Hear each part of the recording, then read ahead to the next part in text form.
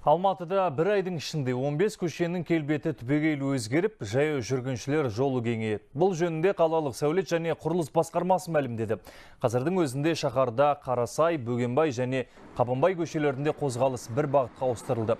Келесі айдан бастап 7 көше осындай тәртіпке көшіріліп, қосымша велосипедке арналған жолақтар пайда болады.